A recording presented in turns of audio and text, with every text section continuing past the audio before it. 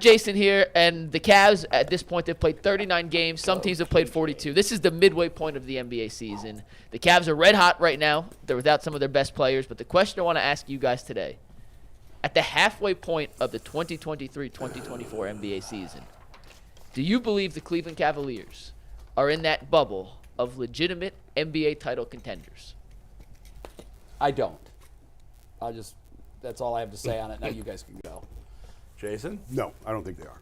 I don't think they are. They're good, but I don't think they're ready to be the Boston type Milwaukee when they're whole and healthy and popping. Denver, they're not in that category. Kool-Aid or no? Man, this is tough. Does Kool-Aid transfer to the NBA? I don't even know. I've been tough on Is them. it Fago? Maybe it is. Yeah, I'm going to actually say yes. And the reason why is if you can win a first-round playoff series, get into the second tier, and if you get a matchup where, look, hey, Embiid has been out. They got Maxey. He's been playing out of his mind. But you look at the teams, like the teams that we thought was going to be there are there. Indianapolis, they're below the Cavs right now. The Raptors are. The Magic, who started off good, were. There's a lot of teams. The Hawks are trash. It's basically three teams, and the Bucks don't really play no defense. So their defense has gone down. That trade for Damian Lillard really hurt them defensively. You got Boston in the mix. Obviously, they the top of the food chain. But look, Miami just showed you with a hot run, a good scorer or alpha guy, you can make it to the finals like they did. And if you're shooting the ball well, shooting is improved. Now, am I going to pick them to win the East? No. But do I think they can get to a second round and make that very competitive and possibly go to a Game 7? Sure. But second round's a long way from the NBA Finals. I think the question was, are they a finals team? So if you win 2 rounds, right? Where would that put you? You at least have to get. You in the you at least have to get to the conference. You have to get to the conference finals. Let me ask you guys this. So let me ask you guys this. Okay. Do the Cavs have one of the 10 best players in the NBA? No. When's the last time a team won an NBA championship without one of the 10 best players in the NBA? I don't know that you can name a time. 2003. Detroit. That's the one that everyone says. Well, how are the Cavs a contender? They're not. I could argue some of them Spurs teams. Them Spurs teams when they was playing LeBron, them Spurs teams, I don't know. They had Hall of Famers. But at that Tim point, Duncan, but at that point, was Tony they top Parker? 10? Yes. I gotta go Tim look. Duncan was. I gotta go look. If they weren't, they had a number of guys in the top 25. When the Raptors won, was Kawhi a top 10 NBA player? Yes. Oh, absolutely. Okay. He was. Absolutely. So then he was in San Antonio. Then they had Tim Duncan. You got LeBron's championships. I can't. That's the all one the Warriors sport. championships with Steph. The Bucks had Giannis. The Nuggets. That's the one sport where one guy. Yeah.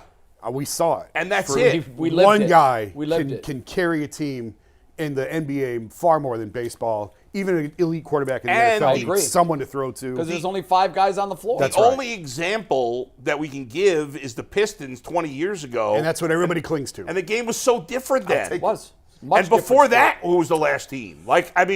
You just can't win that way. The Lakers and Celtics runs, they had not just one top 10 right, player. the Bulls, Some of the them Pistons. It's just the 1980 76ers. There you go. They have Dr. J? And he was past his prime. He was out of here. Moses Malone. That's 45 years ago. I just had to pull. I got to try to pull something, bro. I don't understand.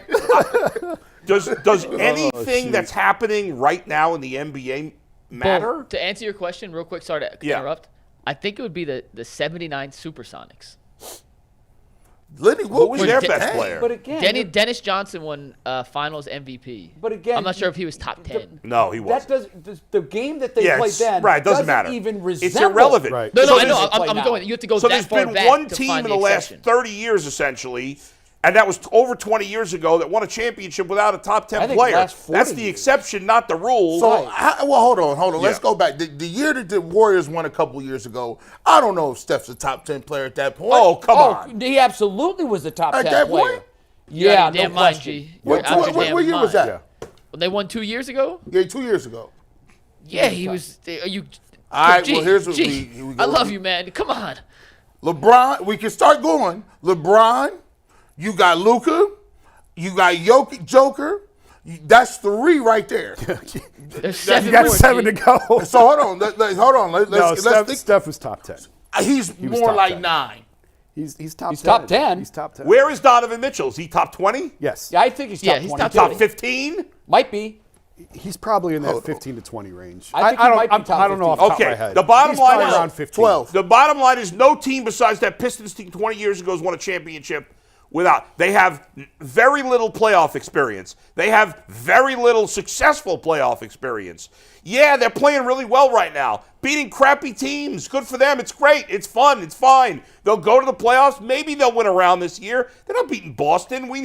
These teams are teams that know how to win in the playoffs already. They're not winning any championship. We all know it. So let's not mess around. There's always exceptions, but usually with the NBA, there's a progression to this. You get in, you get knocked out. That's what happened to them last year. Yep. Yeah. Then Then you go a win little around. farther. Then you go another a little round. farther. It's what Boston did. Although Yeah. Boston actually was ahead of the curve as quickly as they made the conference finals. I mean, it happened to Jordan. as It young as happened they to were. LeBron. It's just there is a progression. There's a progression to it. But is this team have they taken a big enough step forward? I think. Look, if they played the Knicks again in the first round, they might beat the Knicks. They might. Also, Right now they're supposed to. They're 4-5. But this is what's so I complicated. don't think they're getting past Philly, Boston, or Milwaukee But in this the is- playoffs. Who this all is- have top 10 players. This is why it's so hard to figure out the Cavs this year. They've had 11 games with their starters healthy. 11. That's it. And they're 6-5. That's it. And they're not going to have their starting lineup back for another few weeks at least. Darius just got the wiring out of his mouth from where he broke his jaw, but he's lost a ton of weight because he was on a liquid diet for the last month. He's nowhere near game shape, so it's going to take him another couple of weeks yet to get to ramp back up. So now you're like up at the trade deadline before you're even whole again. So it's hard to I wrote about this the other day. The way that they're playing right now is fun and like it's incredible. We've given all this praise to Stefanski for the way that he kept the Browns in it and the way that they got to the playoffs with all their injuries. JB's doing the same thing. Yeah, on the G Cavs. said that yesterday. But Yeah. the difference, Jason, is that the regular season is not an indication of anything. Yeah, we learned that. I mean, Right. I've screamed that every Yeah, year, but yeah. that was never clearer than last year. Right. But the point I'm making is like they're playing great right now, and if you look at their net rating, they're top 10, which is incredible since these guys went down. Since Mobley and Darius went down, they're top 10 in net rating. They have the best winning percentage in the league since they lost Mobley and Darius. Now, yes, it's regular season. It doesn't matter. Okay, fine. You still have to play the schedule. You still have to play the games in front of you, and they're doing great. But when you bring these guys back in, Mike and I were talking about this at the game the other night. Can Mobley and Allen, can you run a successful offense with 2 non-shooting bigs playing next to each other? There's people in the Cavs who say yes, they think it can work. We haven't seen it yet. I'm not so sure. I mean, we talked about before the show, if Mobley become a three-point shooter, it changes everything and unlocks everything, but he hasn't shown he's going to be there. Fixing the small forward spot with Max Strus helps. Like that helps balance the floor and it helps spread things out a little bit more. But Allen is playing out of his mind right now without Evan there because it's 1 in and 4 out. And when you put 4 shooters around 1 big, you can have a ton of success playing that way. And I've talked all year about it was supposed to be Evan. Evan was supposed to be that guy. But he hasn't developed into that guy. And now he's hurt, and now Jarrett is putting up unbelievable numbers while Evan is out. So when you bring a ball-dominant guard back like Darius, and the ball flow isn't quite what it is now, when you put another non-shooting big next to Jarrett, can you still have this type of success? We only have 11 games to go off of, so it's unfair really to say yes or no. But when you look at the rest of the East, when you look at the talent in Boston, in Milwaukee, in Denver, in the West, I look at the Cavs and think they're too young. Like they just have to go through it. And I've said this before. Mobley could be a beast 3 or 4 years from now, 5 years from now. Darius Garland in 3 or 4 years they could be a great team in 3 or 4 or 5 years. Mitchell will be long. The problem is Donovan's contract is ticking a lot faster than 3, 4, or 5 years. So Yep. that's sort of the issue that the Cavs have right now. Are they a contender this year to win a championship? Probably not. But they're a good, fun young team to watch, and that part of it, that's okay. For me, and if that's enough, then status yeah, quo. I think for a lot of people it is, right? Yesterday ESPN, I saw Steve texted us that ESPN and ABC's ratings are up. I don't know what the Cavs ratings are compared to last year on TV. I don't know I either. feel like the last handful of years, we've gotten to a place in the NBA where the players and teams are telling us, as clear as day, that the regular season doesn't matter.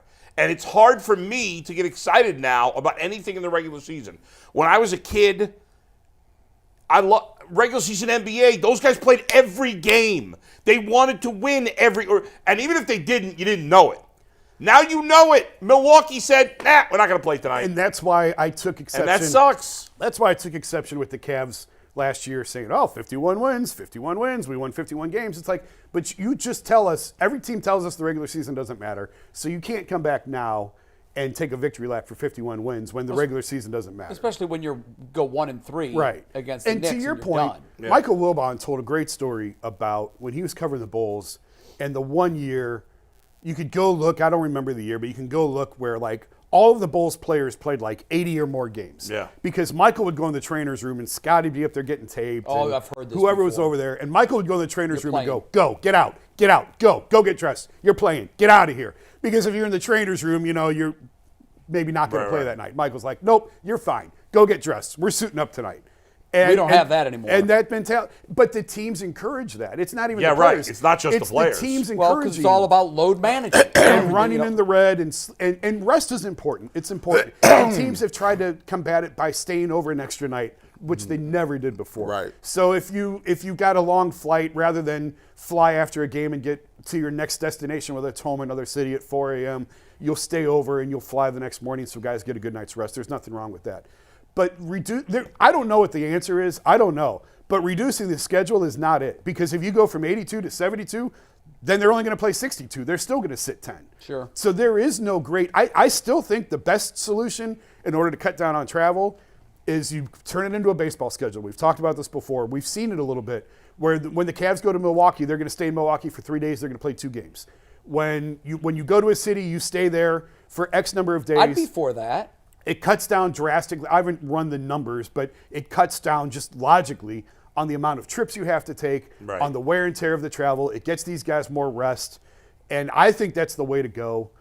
And it's going that way more and more. The Cavs actually don't have any back-to-backs, I think, coming up. What would Maybe really – I don't know. There's some month this schedule Yeah. where I just happen to notice the Cavs don't have any back-to-backs. Is I've it never seen that February before. because the All-Star break is there, Maybe. so there's a chunk of it out The already? easy solution is a solution they will never take because it will cost them money, and that's you cut the amount of playoff teams. This is No, absurd. you know what? No league is going to, moving forward, cut inventory. No, I hear you, but that would solve the problem. Well, yeah, it would, because let's face it, how many times has a 5 through 8 seed made the finals? I think Miami happened last last year. year. Yeah, Miami. What you Well, do? didn't the Cavs one of how those many years times where has a they- 5 through 8 seed But made the finals? I would argue you're probably going to see it more and more. Right, You because would? You will see You're it more going to. Because the regular season means nothing. Yes. The better teams always used to be the 1 and 2 seeds all the time. Always. Now it changes a little bit because guys are sitting and they're resting. What you do is you incentivize playing, and you say you got to hit a certain amount of games, or you're not first team All NBA.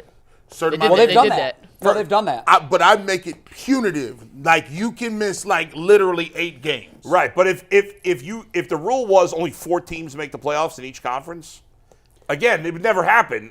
But that would solve the problem. Well, I think what they're trying to do with this in-season tournament is they're trying to generate enough Horrible. revenue. But they did play hard for it though. I thought it was a good product. I think it's a gimmick. I'm not in favor of it. I That think was it's embarrassing. silly. The Lakers put up a banner for that. I agree. But played hard. I think what they're trying to do is generate enough revenue off this in-season tournament to either reduce the number of games or whatever, do whatever to try and fix the regular season. I'm not sure it's going to work. Play-in is awful. But I think that's one of the driving factors I behind like it. your suggestion on the baseball schedule. I really do. It makes perfect sense. Now, the pushback I've gotten is the teams don't like it because it's harder to sell the second game. When it's the same team in down for a Tuesday and a Thursday, it's hard, especially if it's a bad team, it's hard to sell that Thursday game. But if that's the best reason you have against doing it, to me, that's not good If enough. you up the quality of the product overall in every other game, I think it's worth it. And I think maybe it makes scheduling harder. I don't know that you can do that with every team. Right. And I mean, especially teams that share buildings. Who shares buildings LA. at this point? They still do. Oh, yeah. Yeah. For another year and a half, That's and it. then the Clippers stadium opens. Yeah. Everybody else has their own. Yeah. I mean, make everything. I like that. I mean, make everything. What about realignment? And maybe you play or maybe the East never plays the West, and the West never plays the East.